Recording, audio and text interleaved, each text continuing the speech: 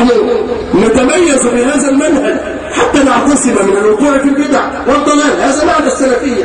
ليست السلفية لنحاكم الناس أبدا والله، ليست السلفية لنأخذ جانبا عن الناس أبدا والله، إنما السلفية هي من الناس، هي دين الإسلام بالفهم الصحيح.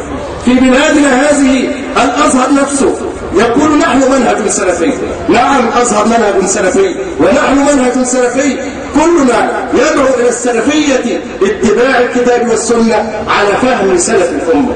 نحن مع علماء هذه الأمة ارتباطا وعملا وسؤالا وتعلما، لا بد أن يكون لنا هذا الارتباط بهذا التميز. فلا تخاف منا، نحن تعرفنا ونعرفك، تعرفنا دائما دعاة بإذن الله. نقول قال الله قال رسوله، هكذا رأيتنا دائما نقول قال الله قال رسوله صلى الله عليه وسلم.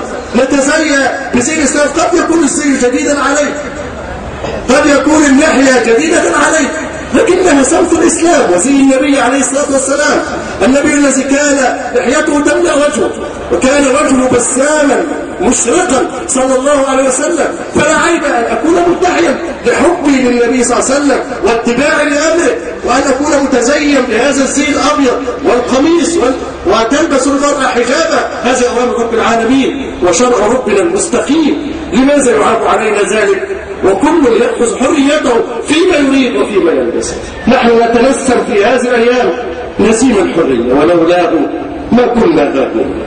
لولا فضل الله علينا وكرمه وإفضاله على هذه الأمة ما اجتمعنا هذه التجمعات التي نراها كثيرة هذه الأيام. ما أكثر مؤتمراتنا وما أكثر أسابيعنا العلمية الثقافية وما أكثر الدروس وأكثر الخطب. كل ذلك بفضل الله وحده أولا، ثم بهذا الشباب الطيب الذي ناضل في ميدان التحرير.